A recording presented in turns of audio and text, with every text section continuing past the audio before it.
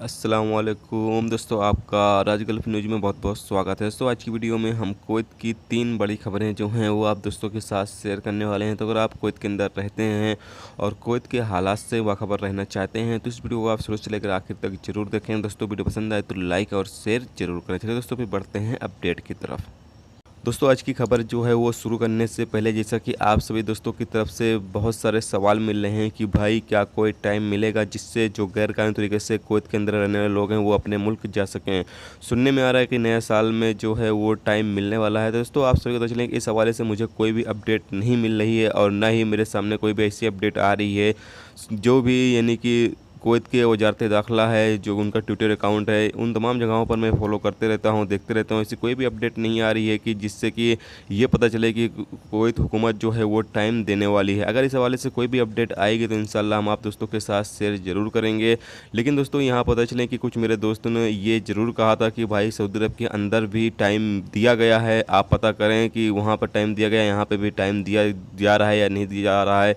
दोस्तों, आप सभी दोस्तों को पता चले कि सऊदी अरब के अंदर टाइम दिया नहीं गया था। ये सिर्फ इंडियन एम्बेसी या फिर पाकिस्तान की एम्बेसी या फिर ऐसे कुछ एम्बेसी जो थी अपने अपने शहरियों को अपने अपने मुल्क भेज रही थी। यानी जैसे मिसाल के तौर पर इंडियन एम्बेसी थी तो वो इंडिया अपने मुल्क अपने शहरियों को भेज रही थी। वो भी सिर्फ रियाद के अंदर, रियाद एक शहर है सऊदी अरब के अंदर, वहाँ पर जो लोग रहने वाले थे गैर कानूनी तरीके से सिर्फ उन लोगों को भेजा जा रहा था। ऐसा नहीं है कि जो पूरे सऊदी अरब में रहने वाले लोग हैं उनको भेजा जा रहा था। सिर्फ जो लोग सऊदी अरब के अंदर रियाद शहर में थे उनको, जो गैर कानूनी तरीके से रह रहे थे, जिनका इकामा नहीं था या जो गैर कानूनी तरीके से रह रहे थे, उनको यानी कि इंडियन एम्बेसी जो है वो अपने मुल्क भेज रही थी। तो इसी तरीके से पाकिस्तान की एम्बेसी भी पाकिस्तान के लोगों को अपने मुल्क भेज रही थी। लेकिन इसमें यह था कि ये लोग दोबारा सऊदी अरब दोबारा नहीं आ सकते हैं। यानी कि इस एम्बेसी के जरिए जो भी लोग जाएंगे वो दोबारा सऊदी अरब नहीं आ सकते हैं, इस तरह का था। लेकिन जैसा कि आप सभी दोस्तों को पता ही है कि छूट जब आती है तो उसमें लोग जाकर नए वीजे पर आ सकते हैं, लेकिन इसमें कोई भी छूट नहीं दी गई थी। ये सिर्फ इतना दिया गया था कि जो गैर कानूनी तरीके से रहने वाले लोग थे वो रियाद के अंदर ही जो थे, पाकिस्तान के भी लोग जो रियाद के अंदर थे या इंडिया के जो लोग या कोई और भी एम्बेसी जो रही होगी उसके बारे में तो मुझे नहीं पता था। लेकिन 2 एम्बेसी के बारे में मुझे पता चला है कि 2 एम्बेसी जो है वो छूट दी थी जिससे कि जो गैर कानूनी तरीके से रहने वाले लोग थे वो अपने शहरियों को मुल्क भेज रहे थे। तो अगर कुवैत के हवाले से कोई भी ऐसी अपडेट आएगी तो इंशाल्लाह हम आप दोस्तों के साथ शेयर जरूर करेंगे। और आपको को भी ये पता चलें कि इंडियन एम्बेसी का आपके पास नंबर है तो आप पता करते रहें, और हो सकता है इंडियन एम्बेसी आपको कोई भी तरीका बताएगी कि जिससे कि आप कुवैत से अपने मुल्क जा सकें। अगली अपडेट ये है कि जैसा कि आप सभी दोस्तों को पता ही है कि कुवैत के अंदर इन दिनों बारिश बहुत ही ज़्यादा हो रही है। तो उसमें वार्निंग जारी की गई है तमाम कुवैती शहरी और गैर मुल्कियों को कि ऐसी जगहों पर ना जाएं जहां पर पानी की बहाव ज़्यादा हो। यानी कि ऐसी वादियां या ऐसी सड़कें जहां पर पानी का बहाव ज़्यादा हो, यानी उधर से पानी ज़्यादा निकलता हो, तो ऐसी जगहों पर ना जाएं, नहीं तो आपको ज़्यादा दिक्कत का सामना जो है वो करना पड़ सकता है।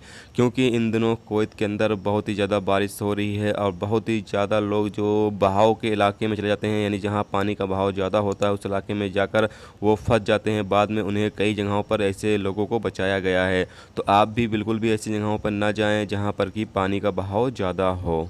दोस्तों, अगली खबर यह है कि जलेब और स्वेक एरिया में मुहिम चलाई गई जिसके नतीजे में कई ऐसी दुकानों को बंद भी किया गया जो गैर कानूनी तरीके से चल रही हैं, और कई ऐसे अफराद को गिरफ्तार भी किया गया जो कि गैर कानूनी तरीके से कुवैत के अंदर रह रहे हैं। इन दिनों कुवैत के अलग अलग इलाकों में इस तरह के जो मुहिम है वो चलाए जा रहे हैं, यानी कि इस तरह के जो कैंपेन है वो चलाए जा रहे हैं, और जो भी गैर कानूनी तरीके का कारोबार कर रहे हैं या गैर कानूनी तरीके से रह रहे हैं उनके खिलाफ बड़ी कार्रवाई की जा रही है। तो ये थी दोस्तों कुवैत की 3 बड़ी खबरें जो आप दोस्तों के साथ शेयर की गई। तो उम्मीद करता हूँ दोस्तों वीडियो पसंद आई होगी। पसंद आई है तो लाइक और शेयर जरूर करें। चैनल पर नए हो तो चैनल को सब्सक्राइब करके साथ में बेल के आइकन को जरूर प्रेस कर दें, जिससे जब भी मैं कोई न्यू वीडियो डालूँ उसका नोटिफिकेशन आप दोस्तों को मिलता रहेगा। चलिए दोस्तों, फिर मिलते हैं नेक्स्ट वीडियो नेक्स्ट टॉपिक के साथ। जब तक रखिए अपना ख्याल, ओके, खुदा हाफिज़।